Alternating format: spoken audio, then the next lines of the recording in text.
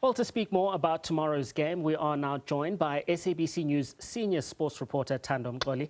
Good afternoon, Thando. I want to touch on the lineup. And in the lead up to tomorrow's game, everybody been talking about a depleted squad and all the players that are unavailable. But in the end, on paper, it looks a really, really strong side. What's your thoughts on the lineup for tomorrow? Springbok team looks really, really strong. Welsh are a bit...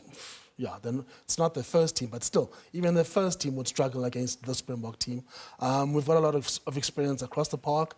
And again, I think what I like about this team is the fact that Rassie has given people international caps when they needed to, so that when they're called on a year or two down the line, you're walking in there with 10 to 20 international caps, and good ones at that. So, look, we're bringing a team of players who are battle-hardened. We've got experience in key areas. So if the game, for some reason, goes away from us, you've got guys to reel it back. Experience in all, whether it's a loose forwards, it's the centres, even the back three, all experienced players who have done it at the highest level against the best in the world. I want to speak about Wales just for a moment. They have won just 2 of their 10 matches this year. The only nation they've beaten since the 2023 World Cup has been Japan. Sure. Is there any hope for them tomorrow? Look, you always have to believe that there's going to be a turning point at some area, because these guys are playing URC against the top South African players. They're playing URC against players from Europe. So a lot of the times they are competitive. So you have to believe in the systems, and you have to believe that there is a talent. There's enough talent in Wales to compete on a good day against even the best of teams like the South Africans. And then would there be any concern for South African supporters that the Springboks would probably or could possibly go into tomorrow's fixture a little overconfident and maybe just a tiny bit complacent?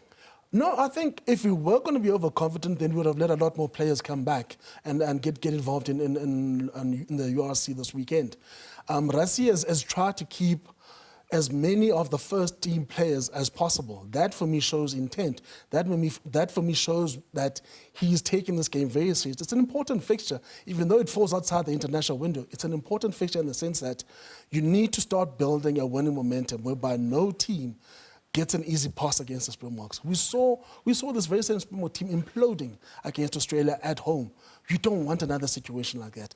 Everyone going into that match, we all thought this is going to be an easy win for the South Africans. And in the end, we all walked out of Ellis Park with our heads down because things did not go right on the day. So this can happen against top international sides. And Wales, yes, they're not at the peak of their powers, but still, on any given day, they can be competitive. And what would be Wales's best bet for an upset victory tomorrow? I know matches between the two sides are always well contested, and it's always so fiercely competitive.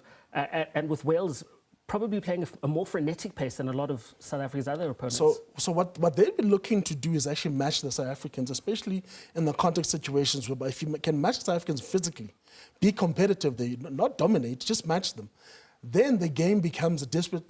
People start being desperate because gaps are not opening as easily for the backline players. I mean, like you look at that backline that we're putting out tomorrow, potency all over the field. But if they're not getting good ball, then things are not as easy for the South Africans. But still, to stop that pack of forwards, and then you look on the bench, there's another 7 coming on, fresh legs. It's a bit of a challenge, but still, I think... the Welsh team and the Welsh crowd, that Welsh crowd will support their team like they've always done. And on the day, I'm not saying it's likely to happen, but on the day, anything can happen purely because top international sides can turn it up. Even if it's a once-off performance, it can happen. Let's talk about that 7-1 split on the bench. Yeah. There's something like 2 tight head props, there's 3 loose forwards, there's 1 lock, only 1 backline player.